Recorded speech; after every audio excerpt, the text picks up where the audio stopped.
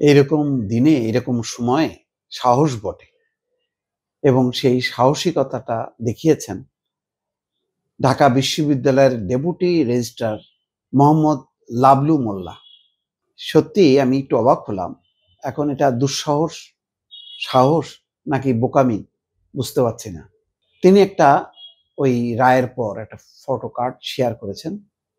তিনি যে I don't care, যে শেখ হাসিনা বলেছেন না যে আমি পরোয়া করি না, তো তিনি আই ডোন্ট কেয়ার জয় বাংলা জয় বঙ্গবন্ধু লিখে একটা ফটো কার্ড করে সেটা আপ করেছেন। এরপর রাতের বেলায় একদল শিক্ষার্থী ঢাকা বিশ্ববিদ্যালয়ের তার বাসার নিচে মফ করে, পুলিশ ডাকে, তারপর তাকে গ্রেপ্তার করা হয় এবং গ্রেপ্তার করার পর যথারীতি শাহবাগ থানায় পুরনো 5 মাস আগের একটা মামলায় ঢুকিয়ে দিয়ে তাকে কারাগারে পাঠানো হয়। ঘটনার আইনগত ভিত্তি, অধিকার এগুলি কোনো ব্যাপার না, কিন্তু সময়টা খারাপ এই সময়টা। এবং যখন কি তাকে গ্রেপ্তার করতে আসছে তখনও তিনি একটা ভিডিও, লাইভ ভিডিও পোস্ট করেন, ফেসবুকে একটা ভিডিও পোস্ট করেন, লাইভ কিনা জানি না। তিনি সেখানে বলেন, আমাকে গ্রেপ্তার করা হচ্ছে, ঘন্টা 2 ধরে মপ করার জন্য কিছু লোক আমার বাসার সামনে এসেছে। তিনি শিক্ষার্থীদের কথা বলেননি। পুলিশ এসেছে, আপনাদের কাছে আমি বললাম আপনারা একটু দেখবেন, কারণ আমি তো কোনো অন্যায় করিনি। শেখ হাসিনা আসবে, বাংলাদেশ হাসবে, জয় বাংলা জয় বঙ্গবন্ধু, এই কথা তিনি বলছেন। কারাগারে আটকের আবেদনে বলা হয় আসামি লাবলু মোল্লা ঢাকা বিশ্ববিদ্যালয়ের সাবেক ভিসি আখতারুজ্জামানের পিএস হিসেবে কর্মরত ছিলেন। শাহবাগ থানা এলাকায় নিষিদ্ধ ঘোষিত ছাত্রলীগের ঝটিকা মিছিল, ককটেল বিস্ফোরণ ঘটানোর জন্য অর্থ দিয়ে সহায়তা করছেন।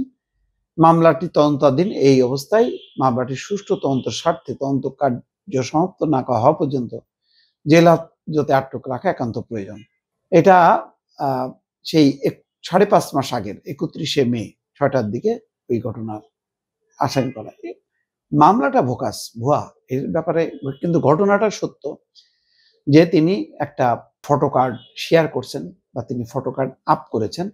তারপরে আবার তাকে যখন গ্রেপ্তার করতে আসে তখন একটা ভিডিও তিনি পোস্ট করেন, সেই ভিডিওতে তিনি এই কথা বলেছেন। তো এখানে কি হয়েছে, ঘটনাটা হচ্ছে এই যে সত্য, কিন্তু কারা সেই শিক্ষার্থীরা কারা গেল, কারা সেই পরিস্থিতি তৈরি করলো, পুলিশ ডেকে আনলো, এটার বিস্তারিত বর্ণনা পাওয়া যাচ্ছে না। তো বোঝাই যায় এখন ঢাকা বিশ্ববিদ্যালয়ের কারা এটা ঘটাতে পারে।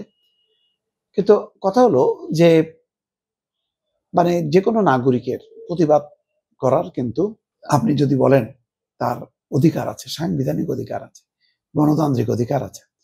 কিন্তু শেখ হাসিনার এমন একটা পর্যায়ে গেছে, তার এই ঘটনা, গণহত্যার অভিযোগ, বহু মানুষের সেন্টিমেন্ট, আবেগ, সহানুভূতি এগুলি জড়িত আছে। ফলে এটা শুধু রাজনৈতিক একটা ঘটনা না, এটা গণহত্যার ঘটনা। এবং তরুণরা, ছাত্ররা এই ঘটনা ভুলতে পারবে না কখনো। তো এরকম একটা দায়িত্বশীল পদে থেকে তিনি এটা করলেন, যদি তার কোনো দুর্বলতা থেকেও তাকে শেখ হাসিনার প্রতি, আওয়ামী লীগের প্রতি থাকতে পারে, কিন্তু ঠিক এই সময়টাই এই কাজটা করা, যে আই ডোন্ট কেয়ার বলে জয় বাংলা জয় বঙ্গবন্ধু বলে পোস্ট করা, এটা দুঃসাহস। এটা কোনো ভালো সাহস না। আপনি সময় মতন সাহস দেখালেন না, আপনি এখন অসময় আপনি সাহস দেখায় কি হলো? এখন আপনি কারাগারে যাবেন, আপনার চাকরিটা যাবে, আপনার পরিবার বিপর্যয়ের মধ্যে পড়বে, কেউ আপনার পাশে পাবেন না।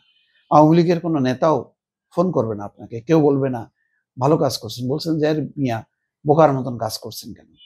তো লাবলু মিয়া আসলে একটা মানে ডাবলু মার্কা কাজ করলো, এটা বলার অপেক্ষা রাখে না। তারপরও আমার কাছে একটা জিনিস লাগছে যে এরকম দুঃসময়েও কথা বলার লোক আছে, সাহস আছে, এটা ভেবে আমি একটু অবাক হচ্ছি দর্শক।